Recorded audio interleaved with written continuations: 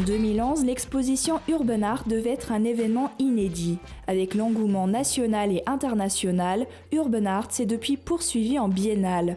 Grâce aux connaissances dans le milieu de l'artiste sarrois, le bien nommé Réseau, issu du monde du graffiti, la Vöcklingerhütte expose une centaine d'œuvres, dont notamment celle de l'artiste américain Shepard Fairey, lequel a conçu l'affiche de campagne de l'actuel président américain Barack Obama. Ou encore des œuvres du français Jeff Aérosol, l'un des pionniers du street art en France.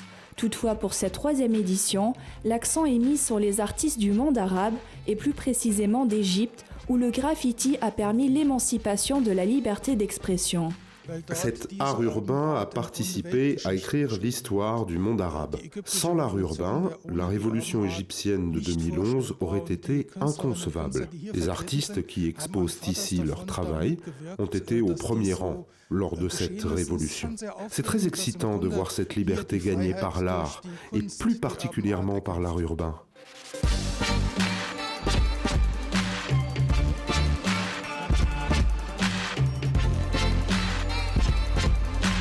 Avant de retrouver le graffiti sur les toiles, il vient avant tout de la rue.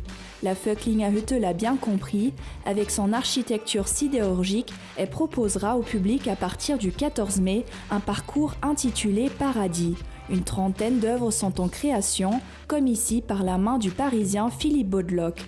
Déjà venu en 2011 avec un dessin sur toile, il s'appuie cette fois sur un édifice extérieur pour travailler sur son thème de prédilection, la fragilité.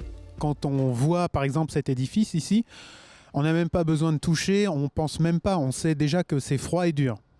Et ben, c'est la même chose pour la craie. Quand on regarde la craie, on pense même pas, on sait tout de suite que c'est friable, que ça va partir avec l'eau, etc. Donc la confrontation du fragile et du solide, je dirais, m'intéresse dans ce cas-là, précisément en fait.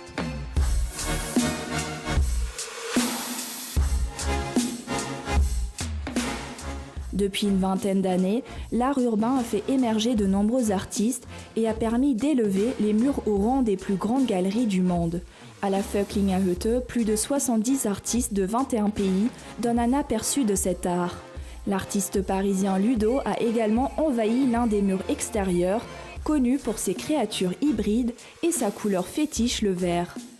Thomas Canto est un autre artiste français venu présenter son travail lié à l'architecture, un endroit idéal pour ce créateur. J'ai commencé à réfléchir à quelque chose et en fait j'ai eu cette salle qui a la particularité d'avoir des peintures bleues qu'on voit derrière, qui sont centenaires, donc qui sont classées au patrimoine. Et du coup, moi qui travaille plutôt en noir et blanc et gris pour le côté architectural industriel, j'ai essayé de réfléchir à une installation qui garde les effets que je fais d'habitude, mais qui est liée au bâtiment et à l'endroit qu'on me donne pour créer. Certains graffitis resteront bien au-delà de la biennale, comme celui-ci qui a été créé en 2013. À l'endroit même où dans les années 60 on produisait jusqu'à 6500 tonnes de fonte par jour, ce site classé patrimoine mondial de l'UNESCO a su se réinventer pour dévoiler l'art moderne. L'exposition est à découvrir jusqu'au 1er novembre.